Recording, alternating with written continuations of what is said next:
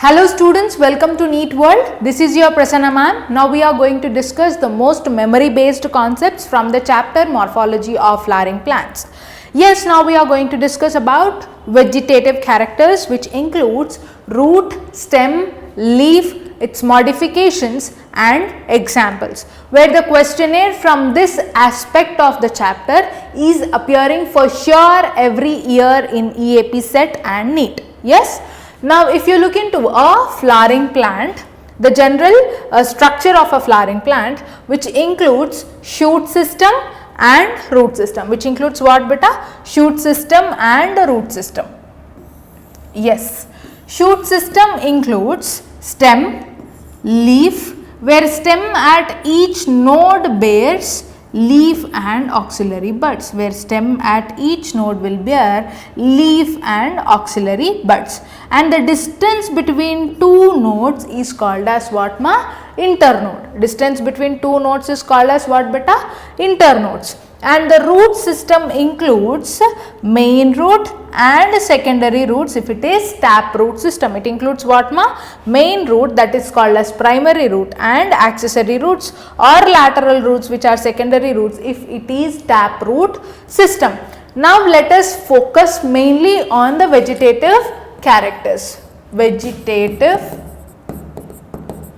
structures, which includes root, stem and leaf.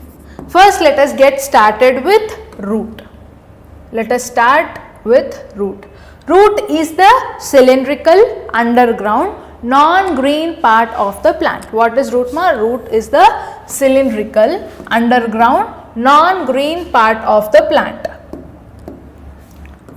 It is cylindrical underground non-green part of the plant. As it is growing towards the ground, as it is growing deep into the ground, it is said to be positively geotrophic. It is said to be what ma? Positively geotrophic, and it is not growing above the ground, it is growing below the ground. It is said to be positively geotrophic and negatively phototrophic. And what beta? Negatively phototrophic. In a single sentence, you will say it as root is a cylindrical underground non-green part of the plant. Line from your book, okay, line from your NCERT. Descending portion of the plant axis. Root is ascending portion or descending portion of the plant axis? It is descending portion of the plant axis. It is positively geotrophic and negatively phototrophic.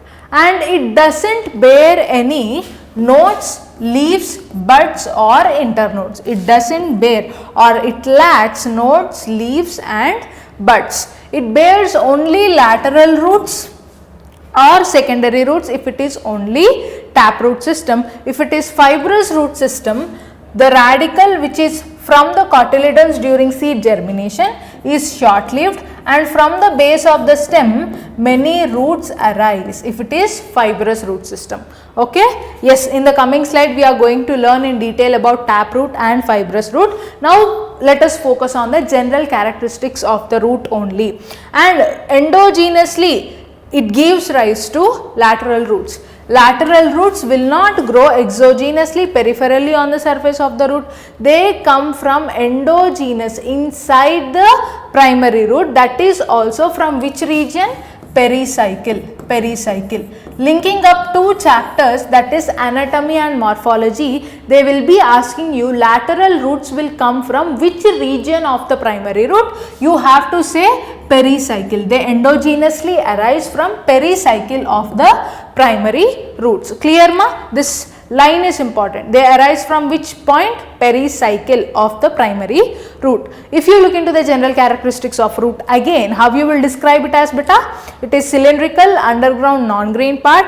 It's the descending portion of the plant axis. It is positively geotrophic and negatively phototrophic. It lacks nodes, leaves, buds and internodes, and they are endogenously, that is also from pericycle, they give rise to lateral roots. Lateral roots originate from which region of the primary root? Pericycle. Clear? And root system includes the main root and the lateral roots. Root system includes what ma? Main root and lateral roots. Now if you look into how the root is formed actually, how the shoot is formed from seed. At the time of seed germination, let us consider a dicot seed wherein small structures arise from the cotyledons. One dwells into the ground, positively geotrophic growth it will show, and one grows above the ground, positively phototrophic movement it will show beta. Yes, the one which is growing towards the ground from the seed is said to be radicle. It is said to be what ma? Radicle. And one growing above the ground, that is positively phototrophic, this is said to be plumule. This is said to be what ma? Plumule. This radicle will develop into the primary root. Radicle will develop into what? Primary root. And lateral roots will develop or originate from the primary root. Okay, and they are called as secondary roots. They are called as what? Secondary roots.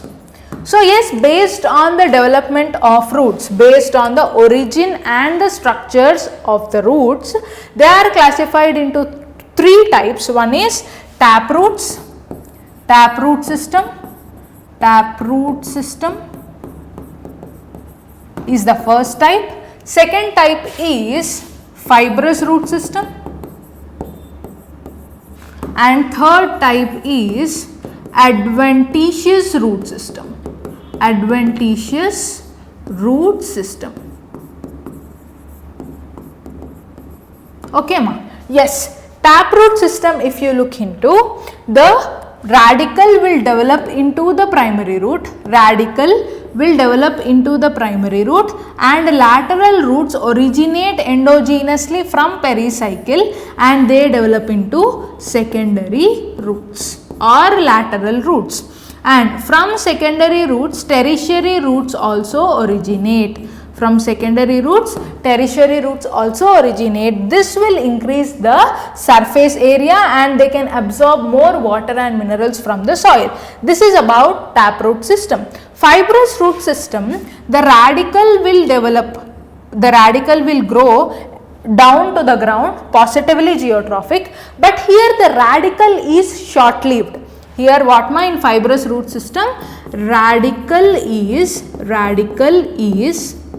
short-lived. Most important statement, you have to note it down and you have to fix it in your mind. Definitely the questions might be asked in the statement based form from here, okay, where the fibrous roots, in fibrous roots radical is short-lived and many roots will arise from the base of the stem. Many roots will arise from the base of the stem.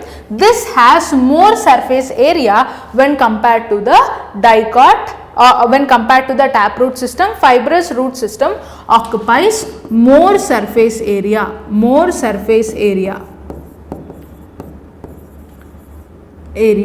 and more absorption of water and minerals takes place. More surface area it occupies and more absorption of water and minerals takes place. This is about fibrous root system. When it is coming to adventitious root system, roots arise from any part of the plant, not just from the base of the stem or from the radicle. It arises from any part of the plant is said to be adventitious root system. What is adventitious root system? Roots arise from any part of the plant. Any part of plant is called as adventitious root system. So yes, most of the dicots will show taproot system, most of the monocots will have fibrous root system, and few plants like banyan tree, grass, sweet potato, they will show adventitious root system. These three examples are very important ma, with respect to adventitious root system. You have to remember for sure. Okay, so now what you have to remember from this segment of the root: taproot system, radicle will grow into the primary root and secondary and tertiary roots will arise from the primary root. Secondary root will originate from the pericycle. Most of the dicots will follow taproot system. Fibrous root, you have to remember, radicle is short lived and many roots will grow parallelly. It occupies more surface area and more absorption of water and minerals. Most of the monocots will follow which type of root system? Fibrous root system. Adventitious root system, roots arise from any part of the plant body, and the main examples you have to remember under adventitious root system is grass, banyan tree and sweet potato. This one. Next, main functions of the root. What are the main functions that are conducted by the root? Main function is absorption of water and minerals, that is the primary function. Second is storage of reserve food material. Third, anchorage to the plant parts. The plant tall trees, they are so strong and still, that is just because of the standard root system which is underground, that makes the plant to stand stably. Okay. So, it provides the strong anchorage to the plant parts and synthesis of plant growth regulators like auxin. Auxin is called as rooting hormone. Okay, so yes, it synthesizes the plant growth regulators like auxins and cytokinins. Fine. So yes, plant growth regulators also get synthesized in the roots and their activities are related to the roots. Next. Now let us look into the regions of the root. What are the four main regions of the root? Questions may appear from this segment also, just focus. Okay, regions of the root. There are four regions where you have to focus. One is the root cap, then region of meristematic activity, region of elongation, region of maturation. Okay, root cap, where you will observe thimble like structure. Root cap is what structure Thimble like structure. Thimble like structure with parenchymatous cells. What type of cells Parenchymatous cells. It has parenchymatous cells. Okay. Root cap is thimble like structure and it possesses parenchymatous cells. The major organelles which are present in the root cap region is Golgi bodies, Golgi apparatus or Golgi bodies. Question from cell the unit of life organelles can be linked like Golgi apparatus or Golgi bodies. You will see more in which areas or which type of tissues. One is acrosome of sperm region and the next is root cap, which constitutes high amount of Golgi bodies or Golgi apparatus. This will secrete so much of mucilage. It will secrete what mucilage, so that the root can dwell deeper into the grounds. It will secrete most of the mucilage so that the root dwells deeper into the ground. This is what you have to remember with respect to root cap. Its structure is thimble like structure and the cells which are present are parenchymatous cells. The major cell organelles which root cap is constituted of is Golgi bodies, because it synthesizes most of the mucilage so that the root can dwell deeper into the grounds. Second region or the closest region of the root cap, next to the root cap, you will see region of meristematic activity. In this region, the cells are thin, small and thin cells with a dense nucleus, and cytoplasm, and the cells which are in this region, they actively divide.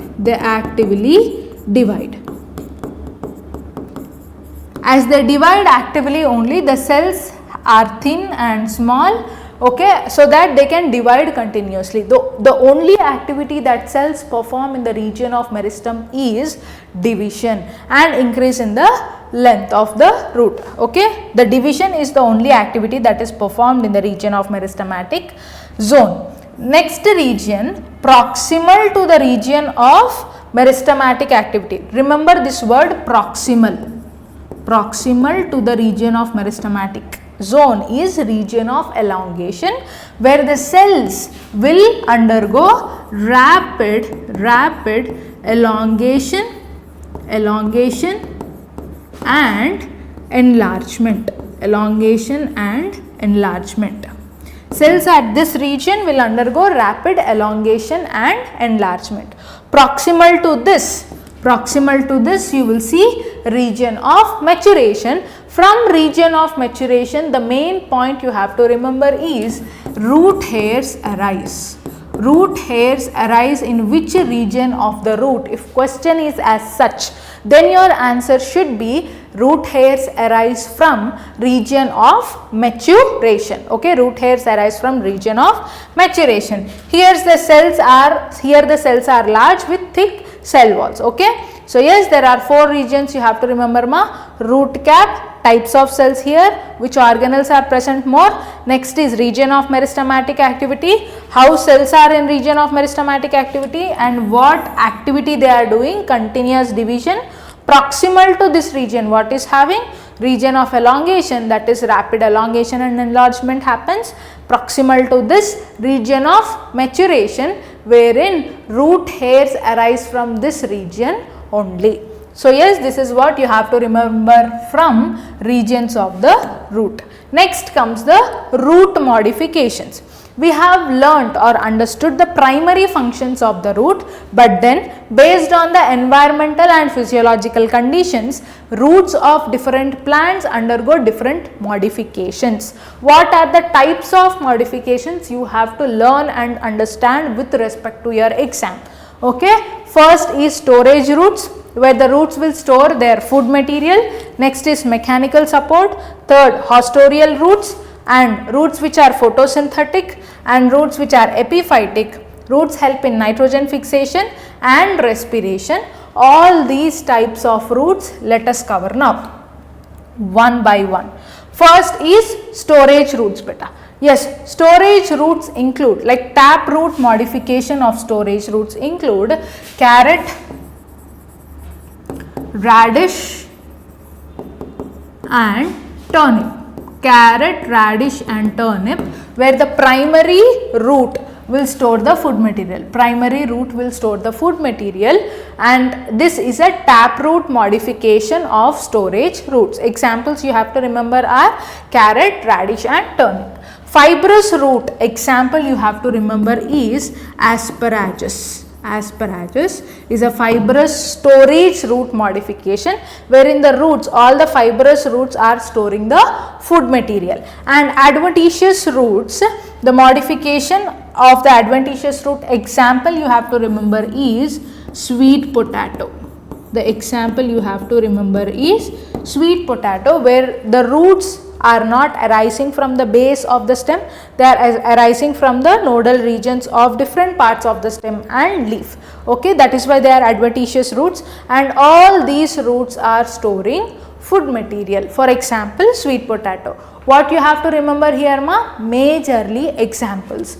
Taproot system example, carrot, radish, turnip. Fibrous roots, asparagus. Adventitious roots include sweet potato. Okay, next. Respiratory roots. Few plants like Rhizophora and Avicennia,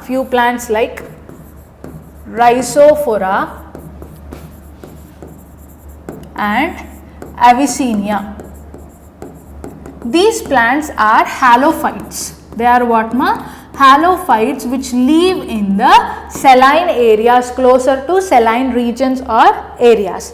At these areas, they don't have oxygen. They are deprived of oxygen. They are oxygen deficient. So these plants, what happens is, root will grow vertically above the ground like this. Roots will grow vertically above the ground and they breathe. They breathe to get oxygen. That is why respiratory roots are also called as breathing roots. Respiratory roots are also called as breathing roots or pneumatophores.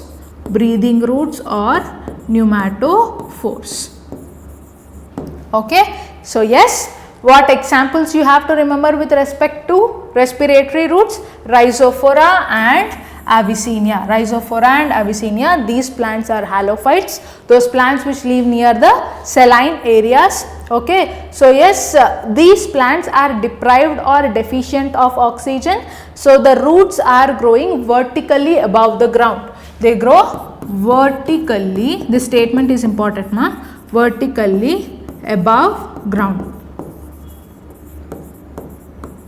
Positively phototrophic, for breathing or for getting oxygen. That is why they are also called as breathing roots. And one more synonym for this type of root is nematophores. These are the examples you have to remember.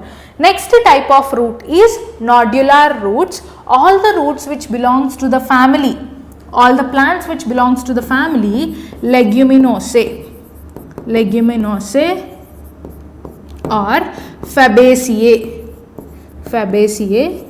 All the roots or the plants of this family will include nodular roots, where nodules are formed because of the bacteria Rhizobium. This bacteria will fix the nitrogen. What does it do, it will fix the nitrogen, and this bacteria will be in the form of nodules in this roots. Okay, that is why these are called as nodular roots. Nodular roots includes which bacteria? Rhizobium. For what purpose? Nitrogen fixation. And the examples you have to remember, like pea, beans and all those plants which belongs to which family? Leguminosae or Fabaceae. Next type of root modification includes velamen roots. What are velamen roots? Velamen roots are a type of modification of adventitious roots only. Adventitious roots. Okay, so these roots are plants like Vanda. Example includes Vanda. Plants like Vanda, they grow on the surface of the other plants and the roots emerge from the base of the stem of the host plant. These roots will help in absorption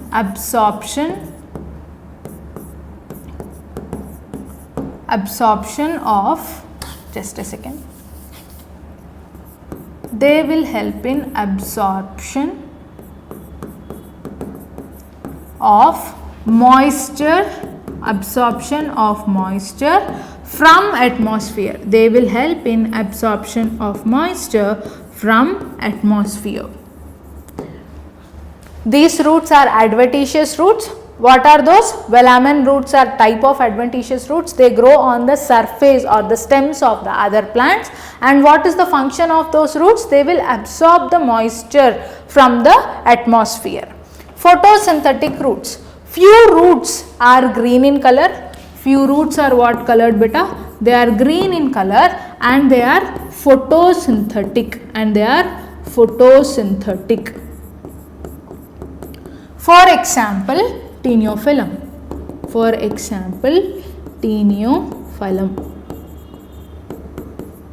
You have to remember the example, most important for EAP set students.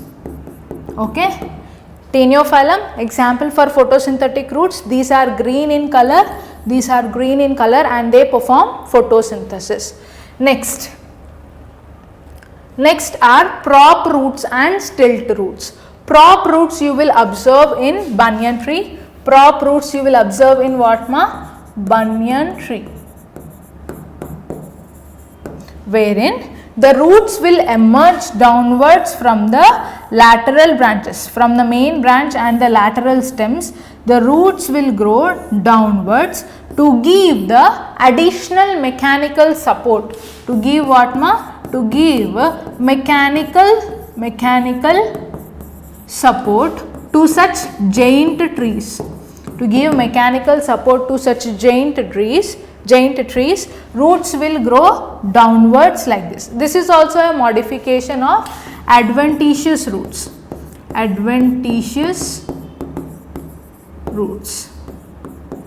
Clear, beta? This is about prop roots, as these are growing downwards like this and the appearance is equivalent to pillars, right? appearance is similar to a pillar. So these are also called as pillar roots. These are also called as what ma? Pillar roots. Prop roots or pillar roots. Example is banyan tree. They give the mechanical support, and these are the type of modification of what type of roots?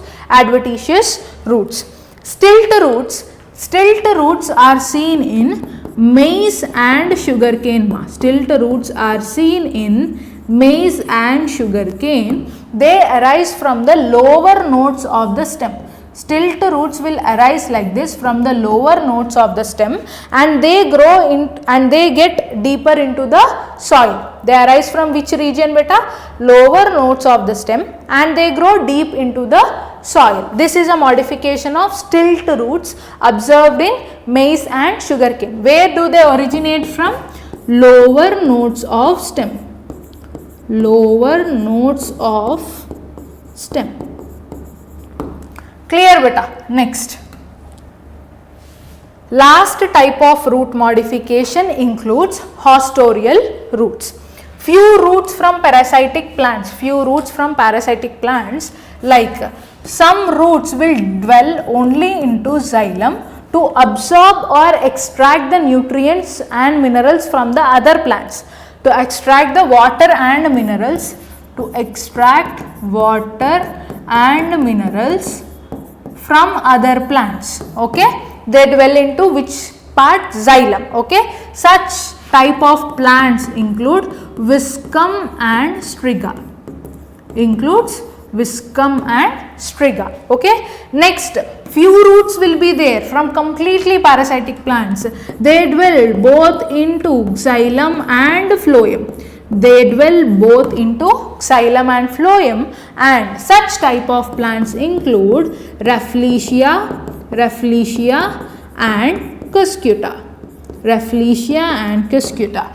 This you have to remember for sure. Okay, those roots which dwell only into xylem include viscum and striga, and those roots which dwell both into xylem and phloem, Rafflesia and Cuscuta. Here is a beautiful picture where you can note it down. Okay, where you can understand the hostorial roots better. This is how they get into the other plants. This is how they get into the other plants. Clear ma? Now, if we have a final picture of all the root modifications and the examples, you have to remember for sure, both for your entrances, NEET and AP set. I will tell you what you have to remember. Okay, examples for taproot. What are they ma? Carrot and turnip. Carrot, turnip, radish. And examples for fibrous root include asparagus. Asparagus.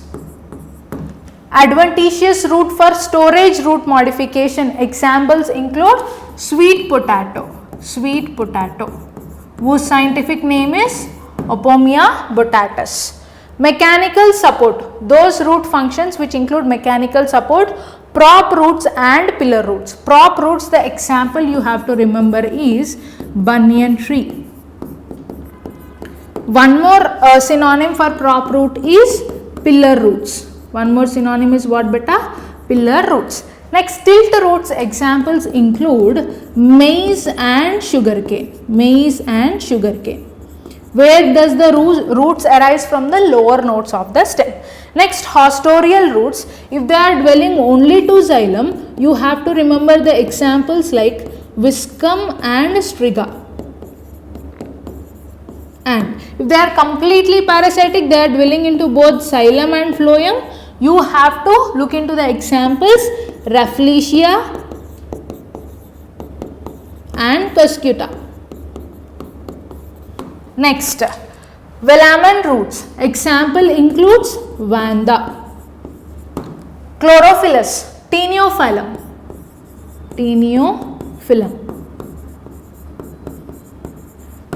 Next, nodular roots, which includes the plants of which family ma? Fabaceae and leguminous plants. Leguminous plants. Last type, that is what? Pneumatophores, where the example you have to remember is Rhizophora,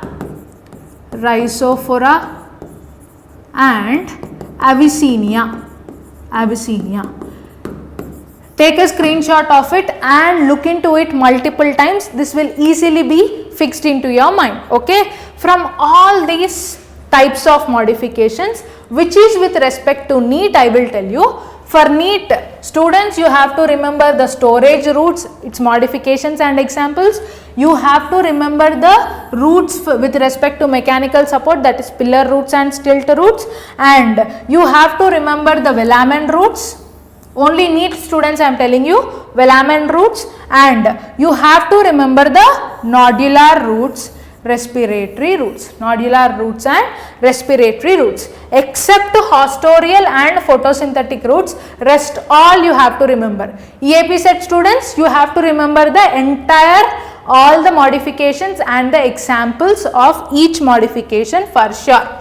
Clear ma? Done with this? If you want, you can take a screenshot of it. Yes. Now let us move to the next vegetative structure, that is stem. What is the next vegetative structure? Stem. So at the time of seed germination from the cotyledons, as we have discussed, one emerges deep into the soil and the other structure grows above the ground, that is plumule. That is what ma? Plumule. Plumule will develop into shoot. Plumule will develop into shoot. And shoot system, as we have discussed in the first slide also, wherein it has nodes, and the distance between two nodes is called as what ma? Internodes. And at each node it bears leaves and also auxiliary buds. It bears what ma? Auxiliary buds. At the tip, the buds which are present at the tip or the terminal end are called as terminal buds or apical buds. Okay. Stalk of a flower is called as pedicel. The nodal regions also bear flowers. The stalk of the flower is called as pedicel. Stalk of the leaf is called as petiole. These are the small terminologies where you have to remember. Now, how you can describe a stem as? You can describe it as the ascending part of the plant axis which bears branches, leaves, flowers and fruits. This is positively phototrophic, negatively geotrophic, and stem region will contain nodes, internodes, buds and leaves. These regions are not present in the roots. Even in the modified roots you will not find nodes, internodes, buds. You will find it only in the stem region beta.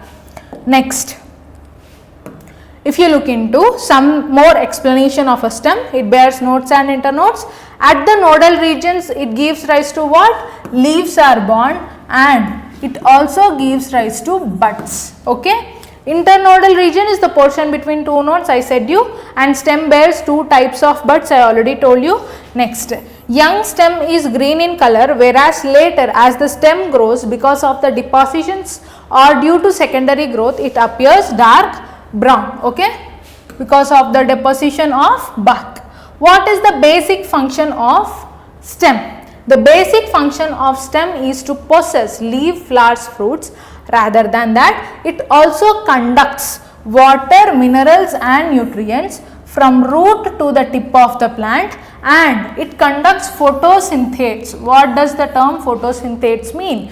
Photosynthesis mean nutrients like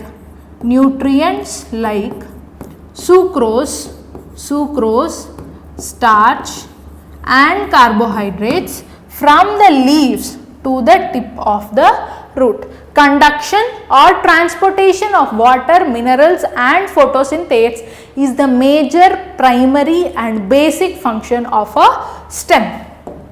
Next, if you look into, of course again based on the environmental conditions, physiological conditions, different plants have undergone different modifications based on their necessities. So, based on that, three types of modifications are noted in a stem. Those are underground modification, subaerial modification and aerial modifications. Underground modifications include all these four types, which are stem tuber, rhizome, corm and bulb. We will look into what part of the stem is getting modified and how they are storing the food. Mostly underground stem modifications include storage only. Next, subaerial modification includes runner, stolon, offset and sucker. Aerial modifications include stem tendrils, thorns, phylloclades, cladophylls and bulbils.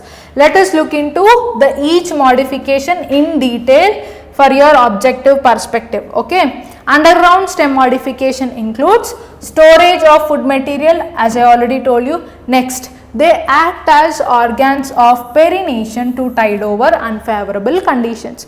Whenever the conditions are not favorable surrounding the plant region, the conditions are tolerated by the plant because of the underground stem modification, which means like as these organs are responsible for bearing that temperature or bearing that environmental condition, they are said to be organs of perennation during unfavorable, to tide over the unfavorable conditions. Most important statement ma. Next, they help in vegetative propagation, and all the underground stem modification bears nodes, internodes, buds and scaly leaves.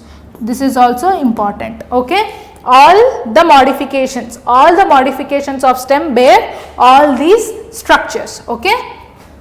Now, if you look into the first underground modification, that is stem tuber, wherein terminal portion of the lateral underground stem is swollen, not the main stem. Terminal portion of what stem? If this is the main underground stem, these are the lateral branches of the stem. The terminal portion of the lateral underground stem is swollen. Okay. Terminal portion of lateral underground stem is swollen. For example, potato. This is stem tuber. Whenever stem tuber comes to your mind, this picture should be in your mind.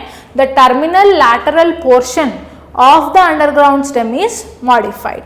Next, this includes the underground stem includes scar of the stem, eye and scale leaves, germinating eye, where it also conducts vegetative propagation. All the structures, as I said you, nodes, internodes, scaly leaves, everything are present in this modification beta.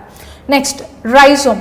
Rhizome is a stem modification wherein stem grows parallel or horizontal, or what ma? Horizontal to the soil surface. Mostly it is branched. It is what ma? Rhizome is branched and they grow horizontal or parallel to the soil surface. Examples include ginger and turmeric. Examples include what ma? Ginger and turmeric, which is also said to be ginger, is also called as zingiber, turmeric also called as kursuma. So yes, this also includes scaly leaf, buds, nodes, internodes and adventitious roots.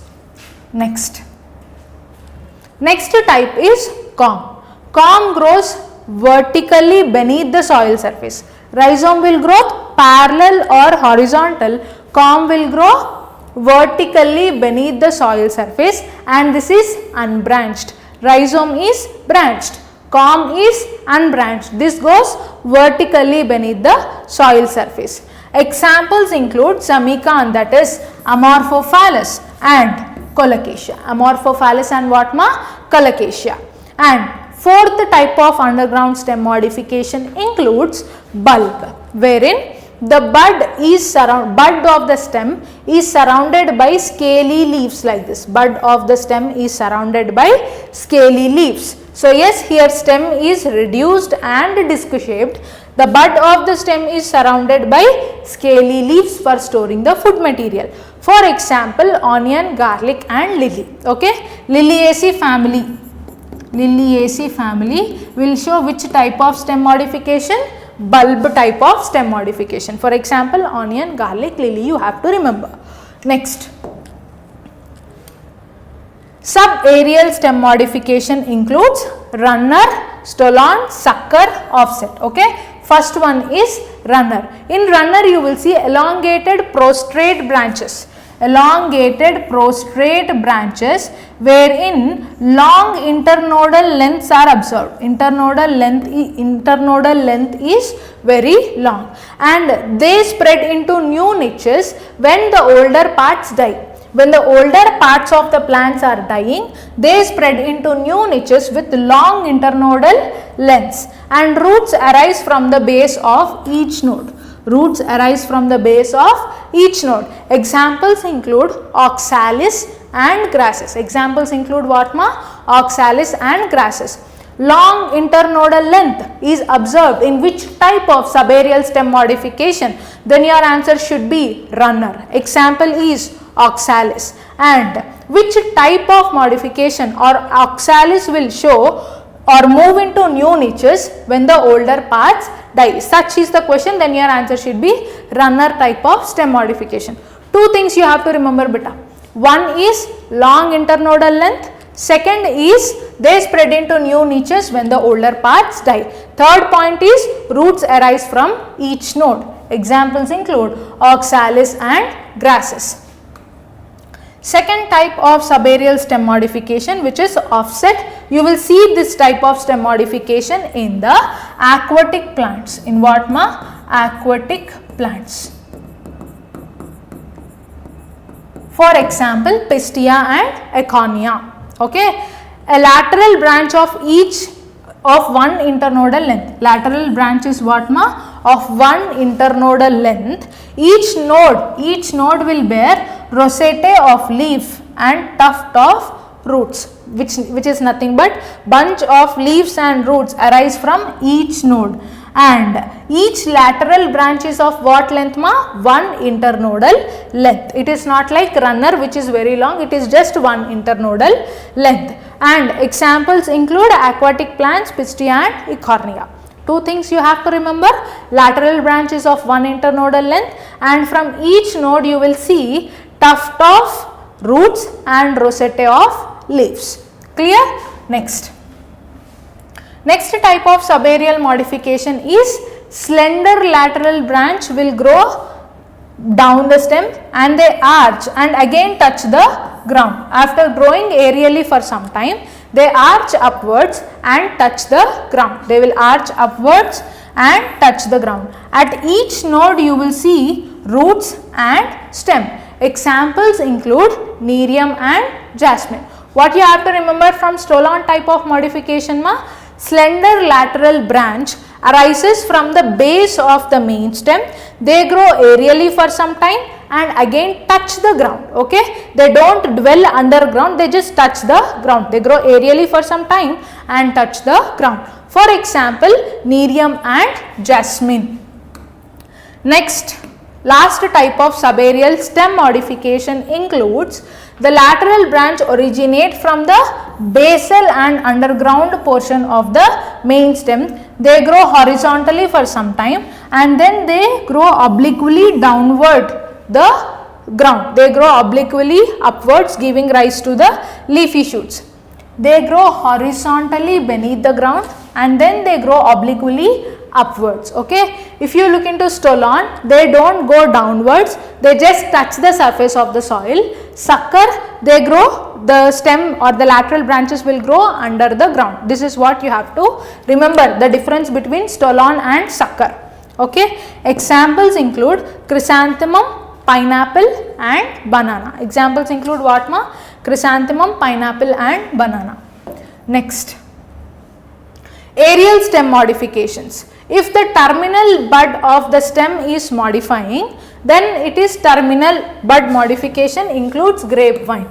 If the auxiliary buds are modifying into tendrils, the examples include gourds like cucumber, pumpkin and watermelon. Okay, they are slender spirally coiled structures. Tendrils are what ma? Slender spirally coiled structures. They support the weak and tender stems like climber plants. Okay, they support weak and tender stems.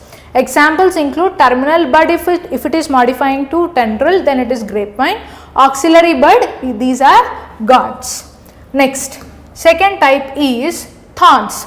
Thorns are the auxiliary buds modifying to hard woody pointed structures. Hard woody pointed structures, for example, citrus and bougainvillea. This is for defense.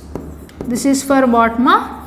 Defense. Okay, wherein thorns, those are stem thorns, include citrus and bougainvillea. This is a modification for defense mechanism. Next type include phylloclades. This you will observe mostly in the succulent plants or desert plants, okay, wherein the stem will store the nutrients or the mucilage like structures, fine, water and minerals, nutrients it will store. Either it can be fleshy flattened structure as in Opuntia, or fleshy cylindrical in Euphorbia, or needle like structures as you see in Casuarina. They are of unlimited growth.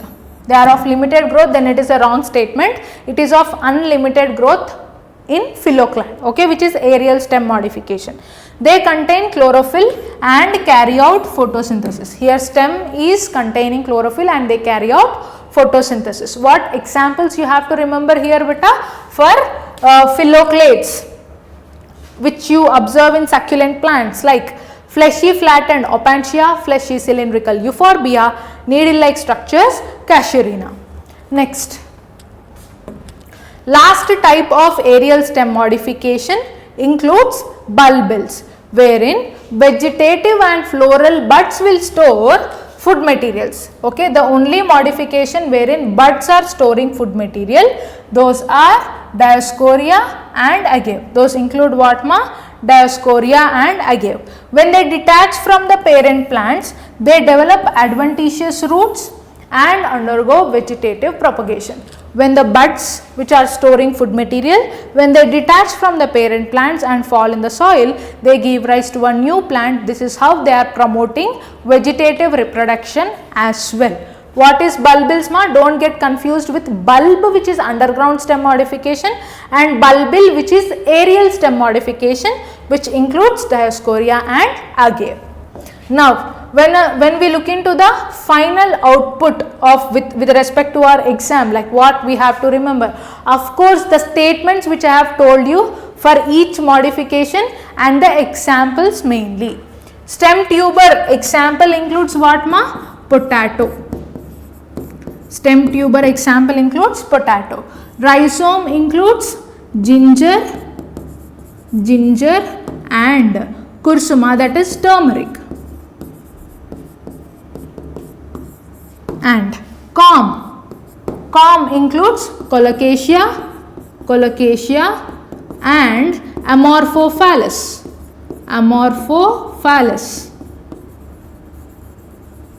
Next, bulb includes onion, garlic, and plants belongs to like Liliaceae family. Onion also belongs to Liliaceae family. Next, runner includes oxalis and grass. Stolon examples include nerium and jasmine. Next, offset includes aquatic plants like pistia and eichhornia.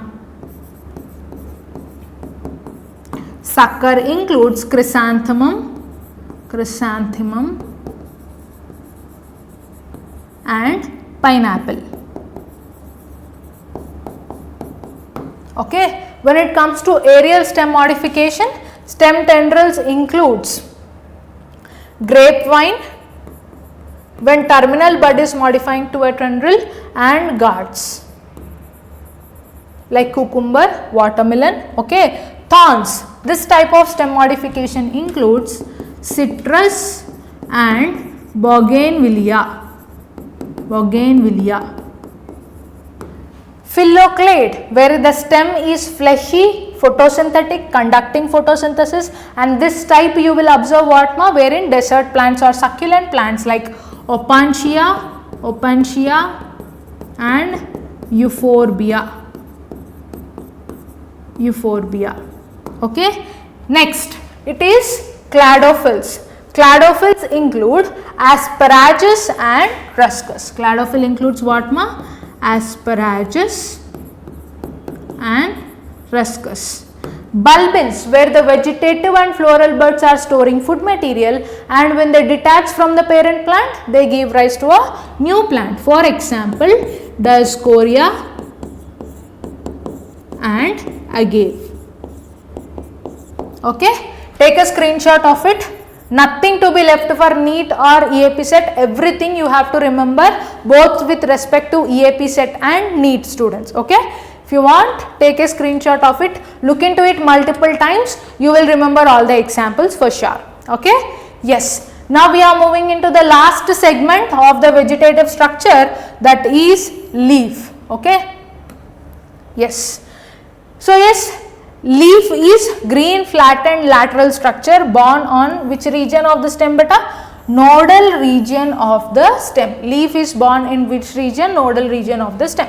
If you look into the anatomy of the shoot apical meristem, see, here is the shoot apical meristem. This you will see in the anatomy of flowering plants, right? And here is the leaf primordia where the leaf is borne, and at the base in the nodal region you will find the axillary bud, and differentiating to this vascular bundles will arise. Here is the shoot apical meristem. From this region, leaf primordia which matures to root, which matures to leaf, and at the base of the leaf in the nodal region you will observe axillary bud. So yes, if you look into the leaf, three parts of the leaf are there. First is leaf base, second is petiole, and third is leaf lamina.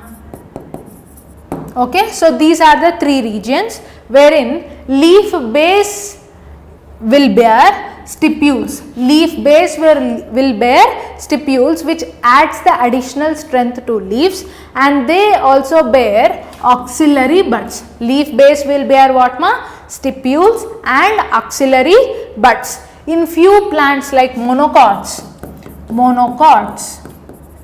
wherein leaf base is expanded and it will cover the complete structure of the stem. It is expanded and long, and it is entire.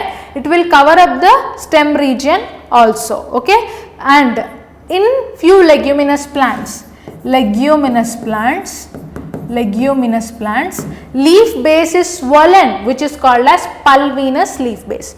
Leaf base is what ma? Swollen pulvinous leaf base. Okay. And after leaf base it is petiole.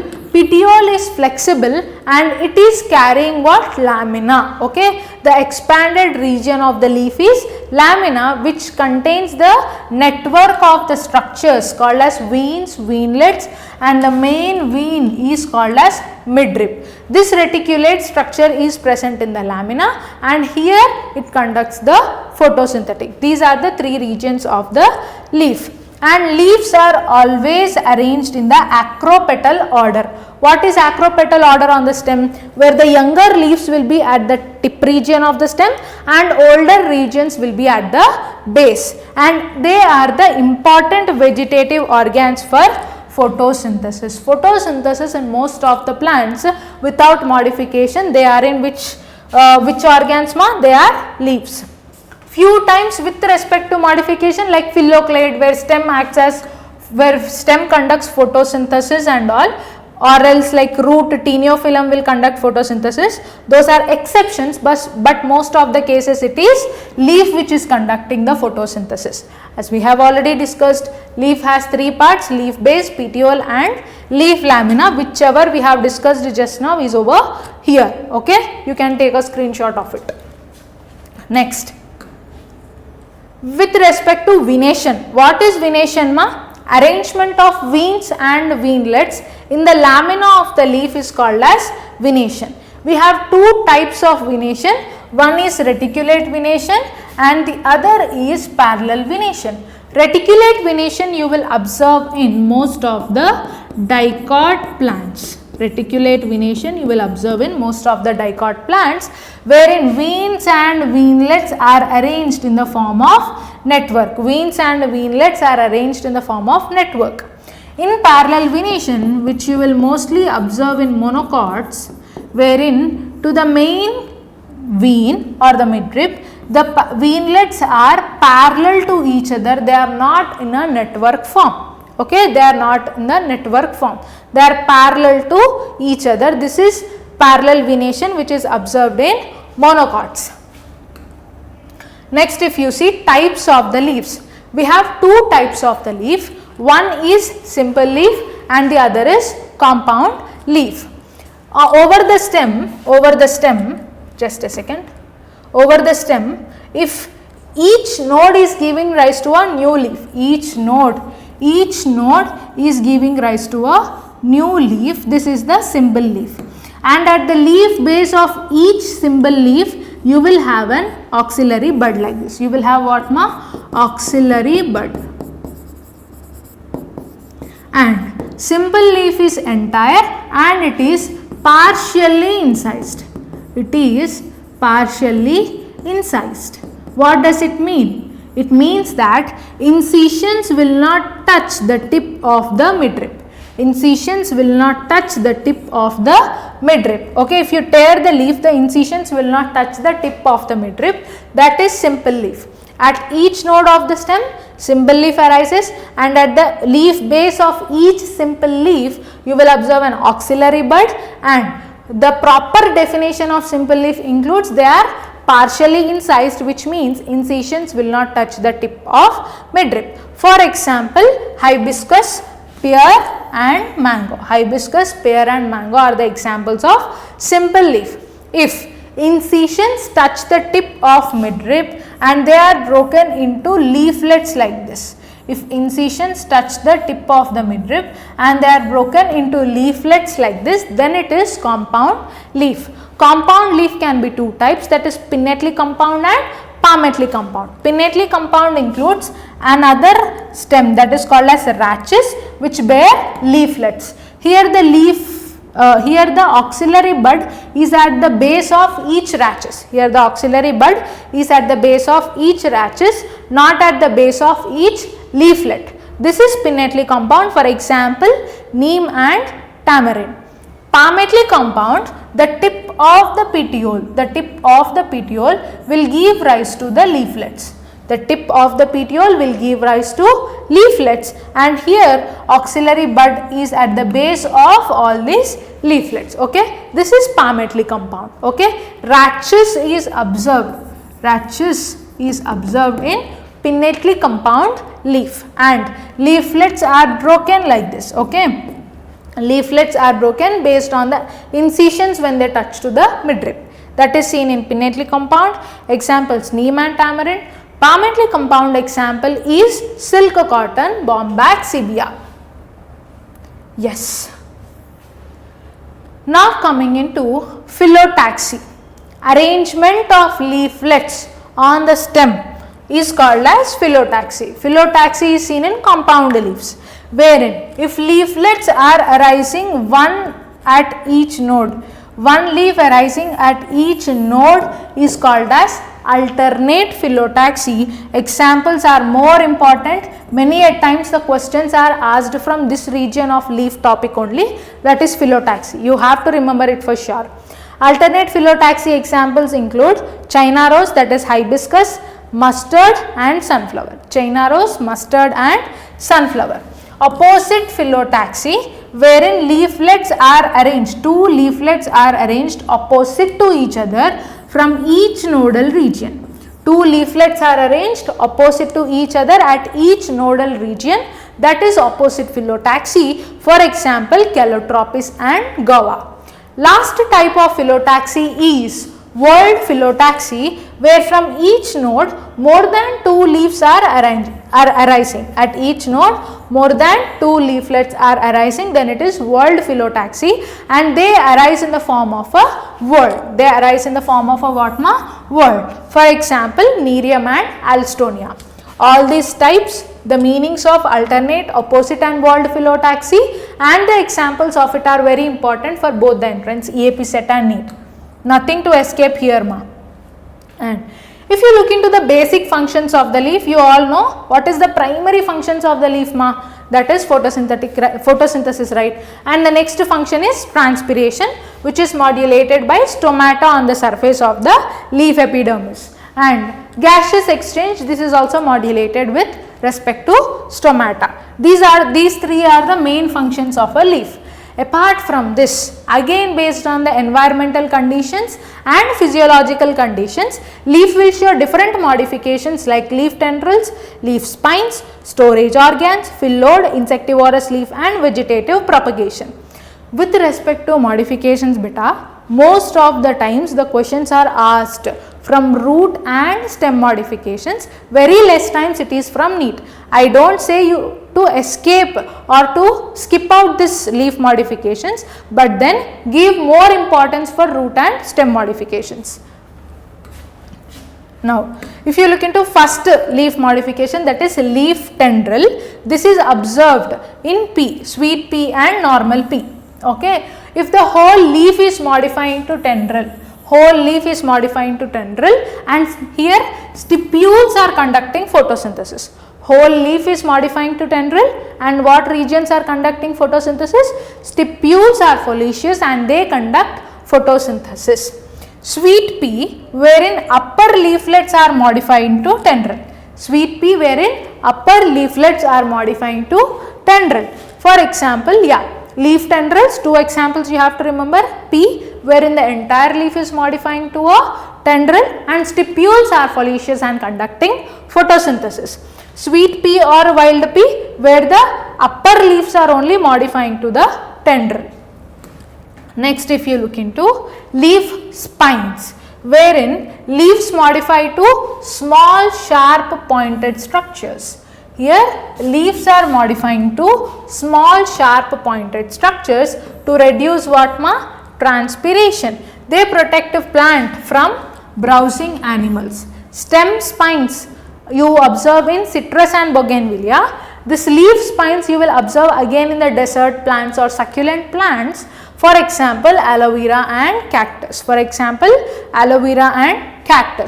Storage organs, bulb, which is underground stem modifications we have studied na. Over the stem bud, all the scaly leaves are arranged like this. We have learned there na. These are the scaly leaves which are storing food material. These are what scaly leaves which are storing the food material. Again the same examples, onion and garlic. Next, phyllodes. Don't get confused between phyllodes and phyllocelade. Phyllocelade you will see in desert plants wherein stem becomes fleshy and it is green conducting photosynthesis. Phyllodes, where the leaves are pinnately compound in phyllodes, leaflets are small and short lived. Here leaflets are small and short lived. Petioles are green and expanded to conduct photosynthesis. What is conducting photosynthesis Petioles are expanded. If you can see here, petioles are expanded and they conduct photosynthesis, as leaflets are short lived and they are small. Petioles are expanded, they are green and they are conducting photosynthesis. This is phyllodes, which is leaf modification. Phyllocelade is the stem modification. Do remember. Example is Australian acacia. Example is what Australian acacia. Next, insectivorous plants. In insectivorous plants, different regions or parts of the leaf are modified to trap the insects and to get the nutrients from the insects. If you look into it properly, pitcher plant, Nepenthes, pitcher plant which is Nepenthes, Dionia, Venus flytrap. These are the examples of insectivorous plants, wherein the upper petiole is modified to a tendril like this. Upper petiole is modified to a tendril, lower petiole to a phyllodes, which conducts photosynthesis, and this is swollen. Next, pitcher, wherein lamina is modified to a pitcher. In this region only the insects are trapped. Stipules, they are expanded for photosynthesis. Leaf apex is acting like lid. So if you can see lamina, which is like a tube, okay, pitcher, and leaf apex is modified as a lid. Whenever the insects are in close proximity, lid will open, insects are trapped and lid will close, wherein it is digested because of the enzymes or like compounds which are released by it, and the nutrients are absorbed. Okay, this is the insectivorous plant. Fine. Here what is modified to what? Like if the question is in the difficult level, he might be asking you, lamina is modified to pitcher, leaf apex is modified to lid, and lower petiole as phyllodes, upper petiole as tendril. What is conducting photosynthesis? Stipules and lower petiole. Next, the last modification of the leaf, wherein I think you have observed it in your surroundings also, that is of bryophyllum beta. What is it of? Bryophyllum, that is reproductive leaves. Leaves modified to help in the vegetative propagation. These leaves are modified to help the vegetative propagation. In bryophyllum, the epiphyllous buds arise from the notches of leaf. These are the notches of leaf, and epiphyllous buds arise from the notches of leaf, and these buds will grow into a new leaflet, okay, which gives rise to the roots and small leaflet like structures. After growing for some time, they detach from there, they land on the soil, and they grow into a new plant, okay. So here what you have to remember, epiphyllous buds are arising from the notches of the leaf, and they grow into the small leaflets, they detach from it, fall on the soil, and give rise to a new plant. Epiphyllous buds develop adventitious roots. What type of roots these are? These are adventitious roots. They detach and develop into a new individuals. This is all about vegetative characters or vegetative structures from morphology of flowering plants, where we have covered everything beta, all minute aspects which are related to your exams is covered. Just go through this, take the screenshots wherever possible, and all the best for your exam. We are coming up with a new interesting topic where you have to focus on. Thank you. Stay tuned.